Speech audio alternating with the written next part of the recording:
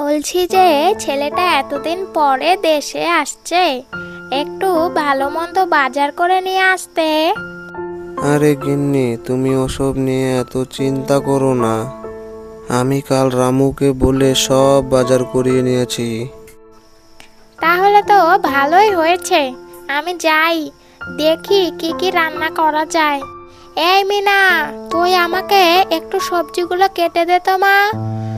আজ আমার ছেলেটা কতদিন পর বাড়ি ফিরছে। আজকে সাহেব বাবু আসছে, বাহ। কে রে মিনা, চটপট কাজগুলো করে দে। হ্যাঁ, আসছি।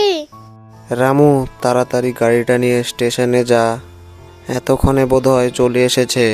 হ্যাঁ কর্তাবাবু, আপনি কোনো চিন্তা করবেন না, আমি এখনই যাচ্ছি। সাবধানে যাস।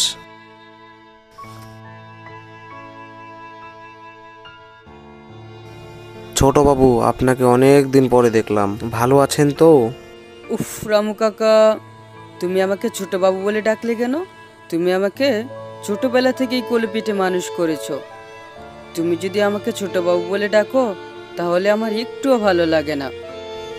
আচ্ছা, এখন থেকে নাম ধরেই ডাকবো। আচ্ছা রামু কাকা, তোমার মেয়ে মিনা কেমন আছে? আছে ভালোই। কোথায় থাকে সে? বাড়িতেই থাকে, মাঝে মাঝে তোমাদের বাড়িতেও যায়। আচ্ছা, ব্যাপারটা বেশ ভালো। শোনো না, এতদিন ধরে তোমাকে একটা কথা বলবো বলবো ভাবছি, কিন্তু আর বলে উঠতে পারছি না। বলে ফেলো তাহলে, কি বলবে? আমি সঞ্জয়ের জন্য একটা মেয়ে দেখে রেখেছি। মেয়ে দেখতে অনেক সুন্দর, আর অনেক সম্পদও আছে।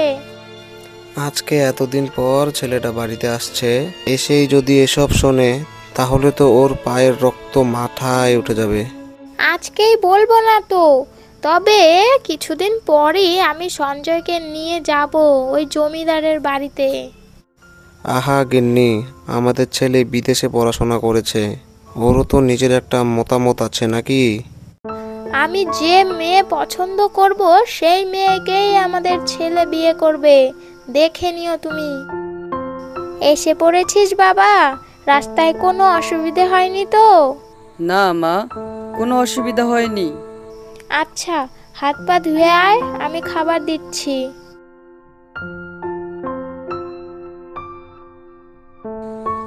কি হলো মিনা, আমি বাড়ি আসার পর থেকেই দেখছি তুমি আমাকে এড়িয়ে চলছো। না, আপনি কেন কিছু করবেন, এমনি আর কি। তুমি আজকে বিকেলে বটতলায় এসে আমার সাথে দেখা করবে। কেন? বটতলায় কেন? যা বলেছি তাই করবে। সঞ্জয়ের কথা মতো মিনা বিকেলে বটতলায় যায়। না, আপনি আমাকে এখানে ডেকেছেন কেন? মানুষ দেখলে উল্টোপাল্টা কথা বলবে। কে কি বললো তাতে আমার কিছু যায় আসে না। আচ্ছা, বলুন আমাকে কেন ডেকেছেন? আমি তোমাকে ভালোবাসি, তোমাকে আমি বিয়ে করতে চাই। না না, এটা কিছুতেই সম্ভব না। আপনারা উঁচু জাতি, আমরা নিচু জাতি। গিন্নিমা একথা শুনলে আমার বাবাকে কাজ থেকে বের করে দেবে। তুমি চিন্তা করো না, আমি সব ঠিক করে নিব। সন্ধেবেলা, বাবা, তোকে একটা কথা বলতাম। হ্যাঁ মা, তোমার সাথেও আমার কিছু কথা বলার আছে। তুমি বলো, তারপর না হয় আমি বলবো। বলছিলাম যে পাশের গায়ের জমিদারের মেয়েকে আমার ভারী পছন্দ হয়েছে। আমার ইচ্ছা ওই মেয়ে আমাদের বাড়ির বউ হয়ে আসুক। এ তুমি কি বলছো মা? হ্যাঁ বাবা, ঠিকই বলছি। আমি ঠিক করেছি কালই তোকে নিয়ে জমিদারের বাড়িতে যাব। কিন্তু আমি তো যাব না। কেন যাবি না? মেয়েটা দেখতে ভারী মিষ্টি। মা, আমি মিনাকে ভালোবাসি, আর আমি ওকেই বিয়ে করতে চাই। কি বললি? মিনা? একটা নিচু জাতের মেয়েকে তুই ভালোবাসিস? আর ওই মেয়েকে আমি কোনোদিন বাড়ির বউ হিসেবে মেনে নেব না। তুমি মেনে নেও বা না নেও, আমি মিনাকেই বিয়ে করব, তাছাড়া অন্য কাউকে না। তার মানে মিনা এইসবের কারণ? আমি আজই মিনাকে গ্রাম থেকে তাড়ানোর ব্যবস্থা করছি। তুমি কিন্তু কাজটা ঠিক করলে না। গিন্নিমা তোমার জন্য ভালো মেয়ে দেখে রেখেছিল, আর তুমি ওনার মনে কষ্ট দিলে। আমি যা করেছি একদম ঠিক করেছি। আমি তোমাকে ছাড়া কাউকে বিয়ে করতে চাই না। আমি চললাম।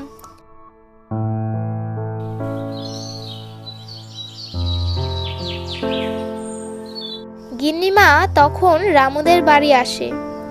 রামু, এই রামু, তোমাকে আমরা কাজ দিয়েছি, আপন মানুষ ভেবেছি, আর মিনাকে এত ভালোবাসা দিয়েছি, তারপরেও আমাদের সাথে বিশ্বাসঘাতকতা করলে। কি করছি আমি গিন্নিমা?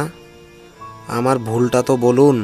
তোমার মেয়ে আমার ছেলেকে তার প্রেমের জালে ফাঁসিয়েছে। তোমরা আজই এই গ্রাম ছেড়ে চলে যাবে। আমি তোমাদের আর এই গ্রামে দেখতে চাই না, বুঝলে?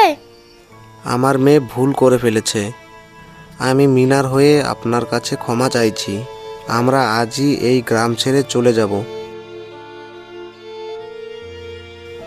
কোথায় গিয়েছিলে? রামুর বাড়িতে গিয়েছিলাম। তুমি রামুর বাড়িতে কেন গিয়েছিলে? আমি রামুকে আর মিনাকে এই গ্রাম ছেড়ে চলে যেতে বলেছি। মা, তুমি এটা করতে পারলে? ছোট থেকে তোমরা যা বলছো আমি তো তাই শুনেছি, তাই না? আমি তোমাদের থেকে এমন ব্যবহার আশা করিনি মা।